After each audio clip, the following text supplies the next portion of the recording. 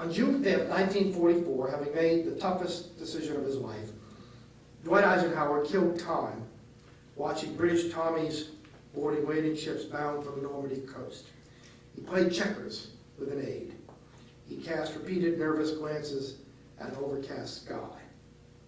And then at one point he withdrew to a nearby tent, and on a portable table he wrote out the following words. Quote, "Our landings have failed, and I have withdrawn the troops. My decision to attack at this time and place was based on the best information available. The troops, the air, and the Navy did all that bravery and devotion to duty could do. If any blame or fault attaches to the attempt, it is mine alone."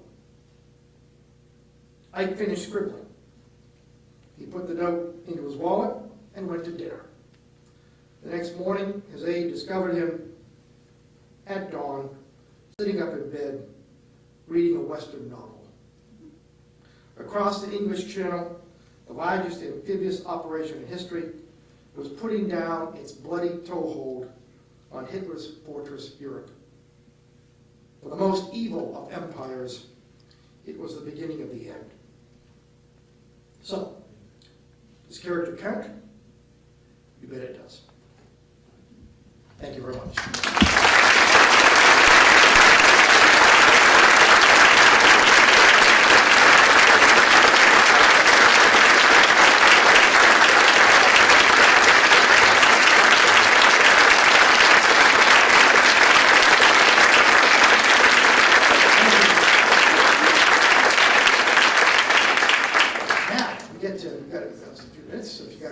Comments? Yeah. In your opinion, what three presidents exhibited the most character? I don't know if anyone heard that. He asked, in my opinion, what two presidents exhibited the most character. It's almost impossible to answer that because it's a situational. George Washington is the embodiment of character. Robert Frost said he was one of the few in the history of the world who was not corrupted by power. That's a very good capsule definition of character and political figure. Well, you know, I'm not going to take advantage of the home court advantage here. Certainly, President Ford should be very high on any short list. And I think I was talking to the media a few minutes ago. It's wonderful for lots of reasons that he should achieve this milestone. It's even nicer, frankly, to a historian because I think history will be good to him. I know time has been very good to him. He has lived long enough to see not only his presidency generally, but the most controversial action of that presidency vindicated. And not just among historians and not just among academics, but I think among the general public. And it's very similar, I think, to Harry Truman's decision to fire Douglas MacArthur, which was a very gutsy, difficult, necessary thing to do. And I love MacArthur. I'm a big MacArthur fan. But Harry Truman had no choice. It's easier to point to all sorts of examples where presidents showed character. I mean, I think Coolidge is a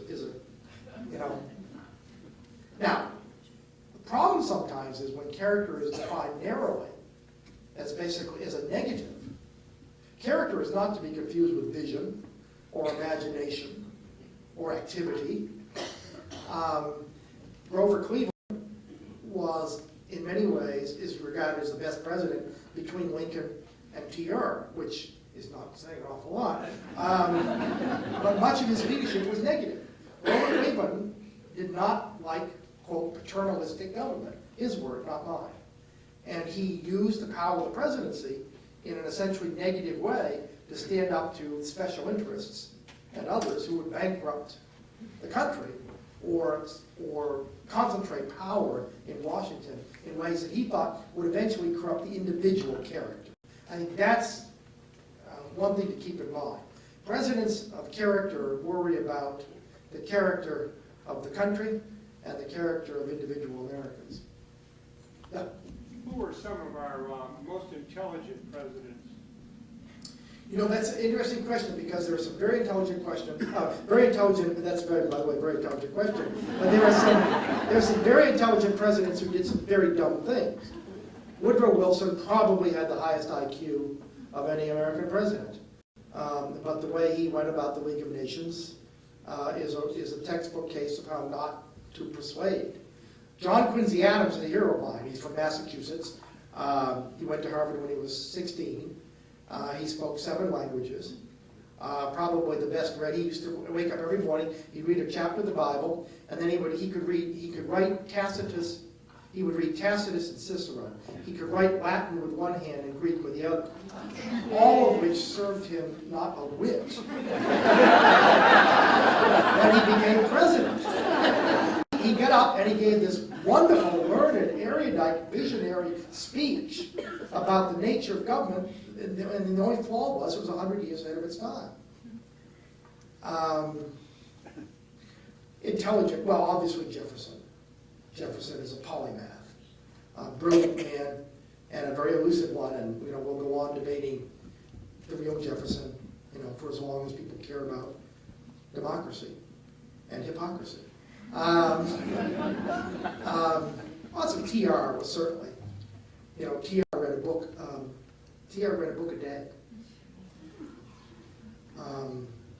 And he had, but it's also interesting because, I'm not an expert in this field, but there's a whole fascinating study about what they call emotional intelligence.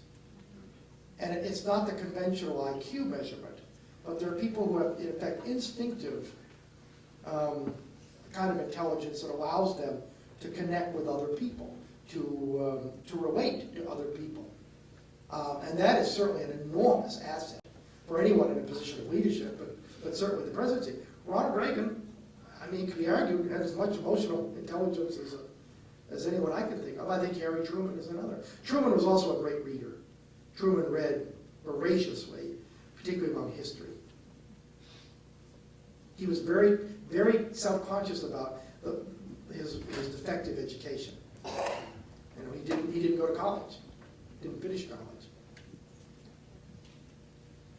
Yeah. 2 questions. How would you rate Lincoln on the intelligence scale?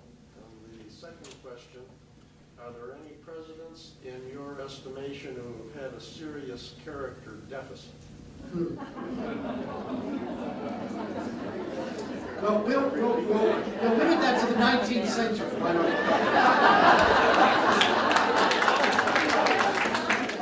I think that's the coward's way out. That's not very. That doesn't show much character D, does it?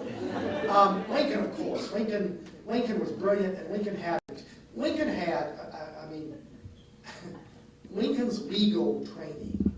Lincoln had a very rigorous mind. It was a mathematical mind. He was a great, great courtroom advocate. He used to say that he didn't learn things quickly, but once he learned them, they were never unlearned. And of course, the power. This was a man who had a year of formal education and who wrote prose that no one has ever come close to equaling. There's always going to be this kind of mysterious what if about Lincoln, but there's no doubt. Lincoln, his political intelligence, his emotional. Lincoln is in a class beyond compare. There's Lincoln and there's everyone else. In terms of weak character, sure. Here we go, I beat up on Franklin Pierce every chance I get. Why should this be any different? The best thing that can be said about Franklin Pierce is that he was a drunk. That is the one excuse he has for how he conducted his presidency. I would think he drove his countrymen to drink. But Franklin Pierce was a man who had the fatal flaw. He wanted to be liked. Warren Harding said, between his election and his inauguration, I may not be the best president in American history, but I hope to be the best loved. Well, you know what? They should have impeached him on the spot. Franklin Pierce was amiable, likable, genial, weak, and he had this kind of faux integrity, which was really stubbornness.